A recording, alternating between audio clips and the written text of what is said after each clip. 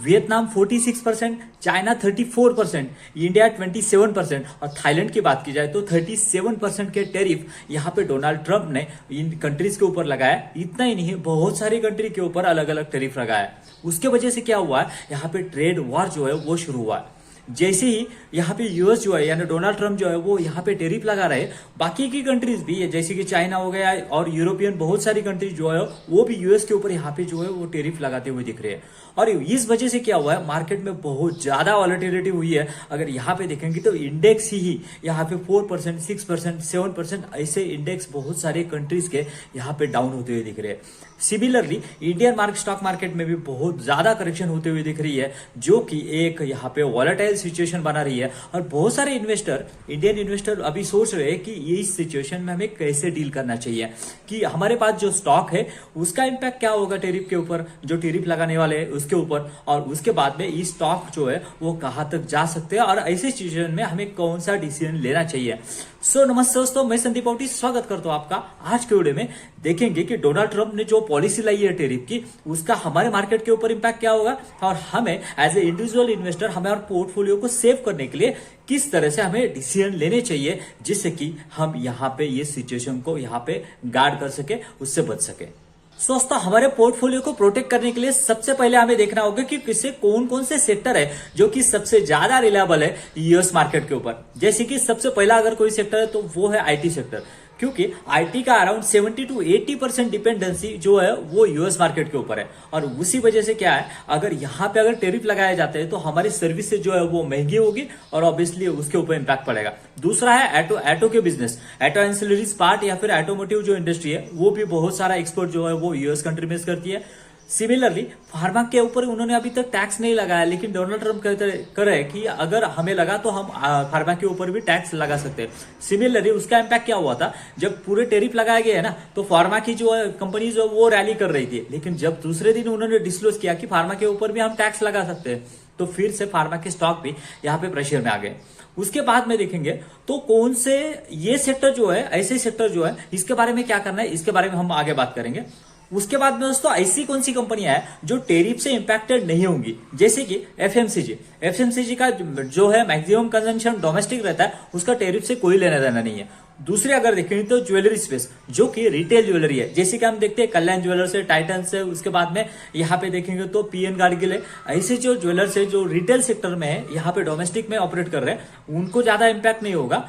उसके बाद उसके ऊपर भी हम यहाँ पे फोकस कर सकते हैं। उसके बाद में अगर देखेंगे तो अल्कोहल इंडस्ट्री जो कि यहाँ पे बहुत अच्छा कर रही है और प्रीमाइजेशन की थीम के साथ में भी ये इंडस्ट्री चल रही है। अगर ऐसे कोई स्टॉक अगर आपके पास है तो उसे जरूर होल्ड करना है। उसके साथ साथ अगर रिटेल अपीयरेंस में देखेंगे तो यहाँ पे V2 रिटेल्स है। उसके बाद में अगर देखेंगे तो बाजार स्टाइल्स, ऐसे भी कुछ जो प्लेयर्स है जो डोमेस्टिक में यहाँ पे रिटेल सेक्टर में यहाँ पे ऑपरेट करते हुए दिख रहे हैं, वो भी अच्छा कर रहे हैं और उनकी डिपेंडेंसी यहाँ पे नहीं है, तो ऑब्वियसली उसके बारे में सोच सकते हैं।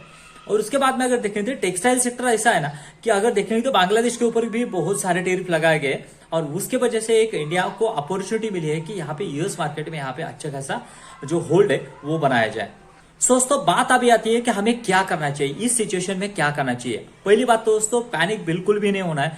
शायद इंडेक्स भी यहाँ पे 4%, 5% गिरे और भी गिर सकता है, जो कि जैसे जैसे डिसीजन जो है वो आएंगे, लेकिन हमें पैनिक होकर ब्लाइंडली सेल नहीं करना है। हमें पोर्टफोलियो में देखना है कि कौन सी जो है वो जो टैरिफ इन्फेक्टेड हमारे स्टॉक है, उसको मुझे लग रहा है कि उसका एलोकेशन थोड़ा सा कम करना है अनटिल एंड अनलेस उसका जो वो क्लियरिफिकेशन ना हो। और उसके बाद में जिसका डिपेंडेंसी कम है उसमें थोड़ा सा एलोकेशन मुझे लग रहा है कि बढ़ाना चाहिए, जिससे क्या होगा ना, आपको पोर्टफोलियो का आपको यहाँ पे गार्ड मिलेगा, सेफ गार्ड मिलेगा। उसके बाद में दोस्तों यहाँ पे तो diversification is the most important thing, because of अगर आपके पास बहुत सारे आईटी स्टॉक है तो उसका एक्सपोजर मैक्सिमम यूएस के ऊपर डिपेंड होगा और आपके यहाँ पे पोर्टफोलियो में बुरी तरह से यहाँ पे इंपैक्टेड कर सकता है।